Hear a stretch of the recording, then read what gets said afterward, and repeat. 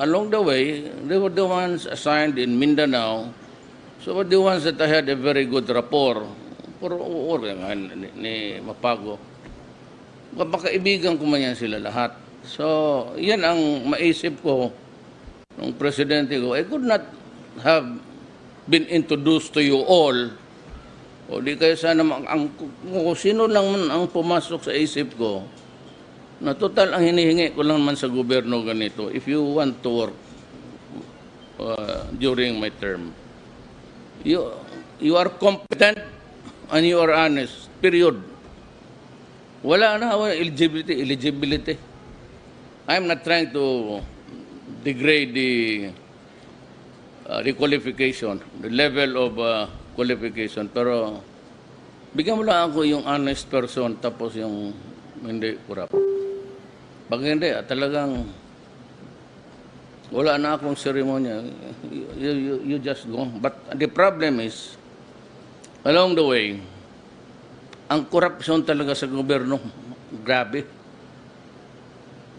Down to the local level. Kaya kung hindi talaga tayo matutong tapusin ito, ganoon lang talaga abot sa mga tao. Minsan tingi-tingi lang. Meron pa siguro, magsabi ka lang na the total expenses of this, I could have been thrice this number.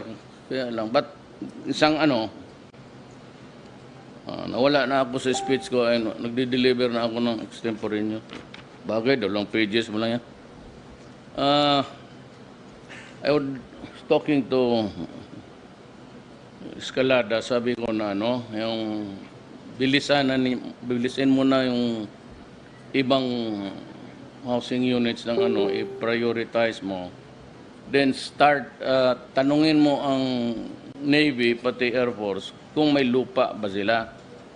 Kasi kung meron, gusto ko next year sabayan na maghingi siguro tayo ng supplemental budget.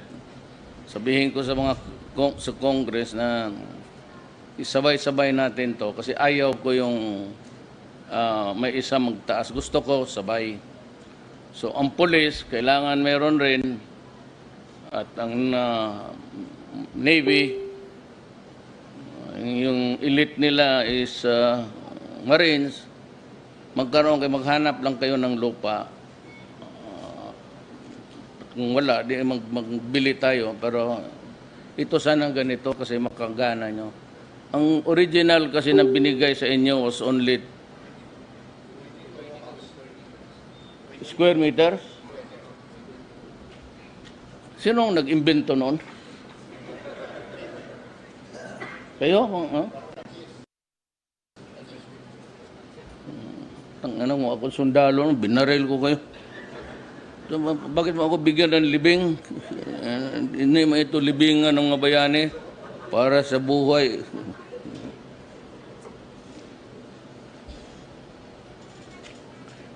Official staff of the HUDCC and NHA, local government officials, governor, mga kasama ko sa gobyerno, mga kababayan ko.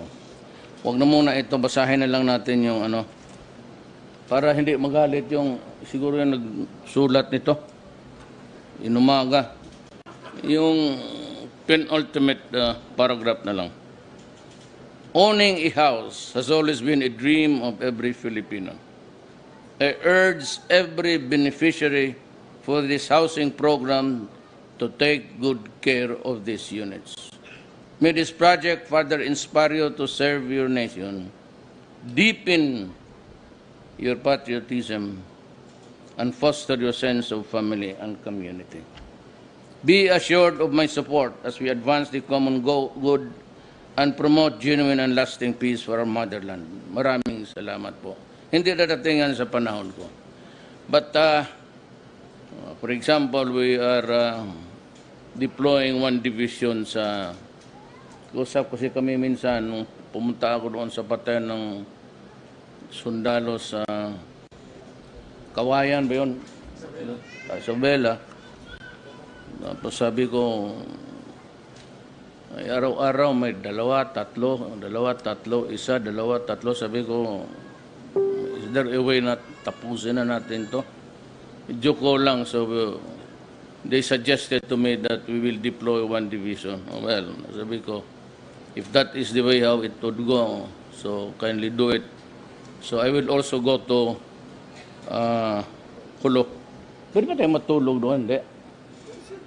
Ano pala? Ito si Bong. Takot ka mamatay, paano ka maging senador? Totoo. And one thing also is that we are observing the election period. I would like to remind everybody in government, everybody, lalo na ang armed forces pati police, do not take sides. Either for or against my party, huwag kayong makialam. Huwag kayong magkampanya and do not favor any candidate whatsoever. That is the mandate of the Constitution. And we will stick by it. Ngayon, para sa mga nandito man ng lahat ng TV networks, I would like just to inform, sabihin ko lang sa mga kandidato, and that goes for the entire Philippines. During my watch, sa panahon ko, hindi talaga ako papayag. Kaya kasama kita sa gobyerno, kasama kita sa partido, o kalaban kita sa politika, do not terrorize, do not intimidate, do not create fear in the voters. Sasabihin ko yan sa inyo, prangka-prangka, from Hulo to Abra. Pag ginawa ninyo yan, ako mismo ang pupunta doon. At ako mismo mag-aresto sa iyo. At ako mismo ang maghila sa iyo. Talian kita sa liig, doon sa ligid ng eroplano. Ano ba ligid sa Tagalog, yawa? Talian kita sa gulong, paliparin ko yung eroplano, tangina mo. Huwag kayong ano, kasi ayaw ko, wag sa panahon. Ayaw ko yung ganon. Do it some other time, but not here. Do not ever terrorize or harass a Filipino voter. Hayaan mo ang tao kung sinong piliin nila. Baski kapag piliin nila yung parang aso yung ugali, pasensya tayo. Because the will of the people is the will of God. Yung na pinili na tao, di pasensya. You might not like him, but if it's a free will, it's a choice of the people, do not mess it up. Yun ang mano ko. Mabutit na lang nasabi ko rin para time and again, may naririnig ako ng mga kandidato going around with so many police. So I will, I'm ordering now the PNP, the Armed Forces, kayo, na stick to the rule of to security in uniform. To security lang, because 3 would be, according to the Alunan Doctrine, 3 is a private army. So pag dumaan dyan sa ano mo, sa wherever, sitahin ninyo, pagka 3 more than 3, kunin mo yung baril, aristuhin mo, dalhin mo sa estasyon. Kasi alam na nila yan. The Alunan Doctrine was good. So we'll follow it. Na ngayon, kung kandidato ka, matakot ka magkampanya kasi nandyan yung may mga security mo, may baril, o yun naman talaga ang gusto ng security mo. Ikaw, wala ka sa kanila. It's the gun that's...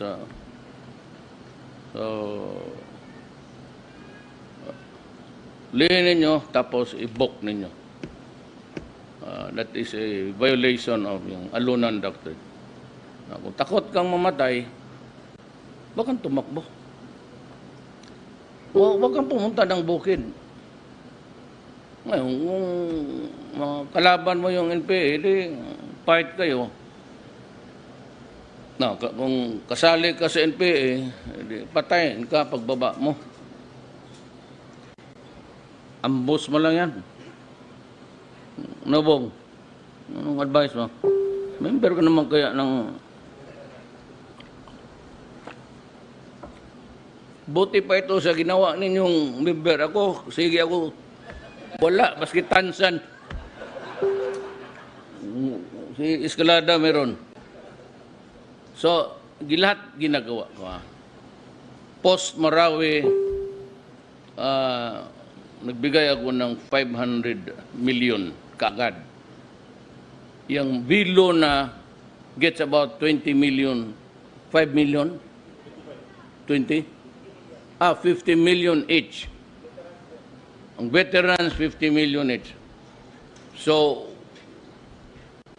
wala akong nakitang rason na bakit hindi magamot at masilbihan ang sundalo. Kaya nagalit ako minsan, ay command responsibility yan. Yung ghost delivery sa IEP, dinismiss ko yung general. Ghost delivery?